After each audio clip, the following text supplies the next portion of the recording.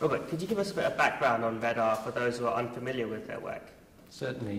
RedR is an international organisation which improves the effectiveness of disaster responses around the world by working with both international and national NGOs to train their staff and to support them with skilled personnel from our membership, many of whom are engineers, to make sure that the response that's experienced by the people affected by the disaster is up to the standard that they both need and deserve. You just returned from Haiti. Could you tell us a bit about the water, sanitation and hygiene needs there? Water, sanitation and hygiene, which I will now refer to as WASH, is a really big need after any disaster, and that's certainly the case in Haiti. One of the first big priorities for all the agencies was to get water, in particular, into the refugee camps or the IDP camps. That's more or less achieved now. The water is being pumped out of boreholes and tankered up into the camps, and I think most people now have sufficient water for their daily needs. But the big issue is sanitation.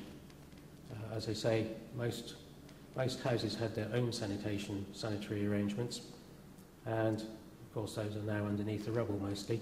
Therefore we have something like 1 million people living in tents in public parks and so on, with no real effective sanitation. Can you tell us a bit more about what RedR are doing to respond to the needs in Haiti, and why is it so important? One of the things we realised early on was that, to a large extent, firstly, the aid workers who were there before the earthquake, many of them had lost their lives, so there was a shortage of skilled people in Haiti. And secondly, as in any disaster, many of the first responders are local people, so there was a need to upskill Haitians as much as to support the international staff. And largely that's what we've been doing since that time. We started with logistics and security training, and we're now extending into the technical fields of WASH and shelter and some of the others. Up to date, we've trained something like 460 people in our courses in Haiti, and 94% of those have been Haitians. So those are skills which will be there for the duration, and I think that's absolutely vital. And what has Thames Water's donation been spent on? Your contribution has been absolutely vital in the early days in getting the programme off the ground and in funding the initial WASH training, which has covered the essential areas such as vector control, hygiene, water supply and so on. And in particular, it's funded a whole week of specific WASH training that we undertook with 8 or 9 different NGOs, which took them through the whole programme that they will need to cover in developing a WASH programme. So again, that's essential training both for the expatriate managers and also for the skilled Haitian counterparts. Do you have any stories that show how the training has had an impact? I can tell you about Magdala Jean-Baptiste, who did our hygiene promotion course. That's about educating people in hand washing and other hygienic practices and how to promote it. She's an educator with Save the Children, and she went back and she worked with her team of hygiene promoters, who then went on to work through a number of local schools. They would have worked with something like 1,200 teachers, parents, pupils and so on in the local schools.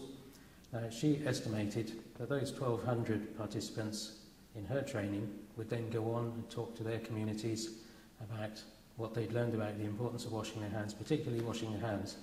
Washing hands can apparently cut something like 50% of communicable diseases, and it's such a simple thing to do once people realise the importance of it. So they'll go on and they'll talk to their communities and so on, and she reckoned that there'd be something like 35,000 people would benefit from that one training that we gave her, which I think is a fantastic story, and I think it vindicates all that we're trying to do. I know RedR will be in Haiti for the long term. There's still a lot to do there.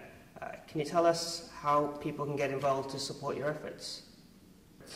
We're always happy for individuals to contribute their skills or to get involved in the many fundraising events that we run through the year to help us to raise funds to respond to future crises like the one in at present in Haiti. We know there'll be more, there's always a need, and any help will be welcomed. If you want to know more, just look at the website www.redr.org.uk. Robert, thanks so much for talking to us today. Thank you.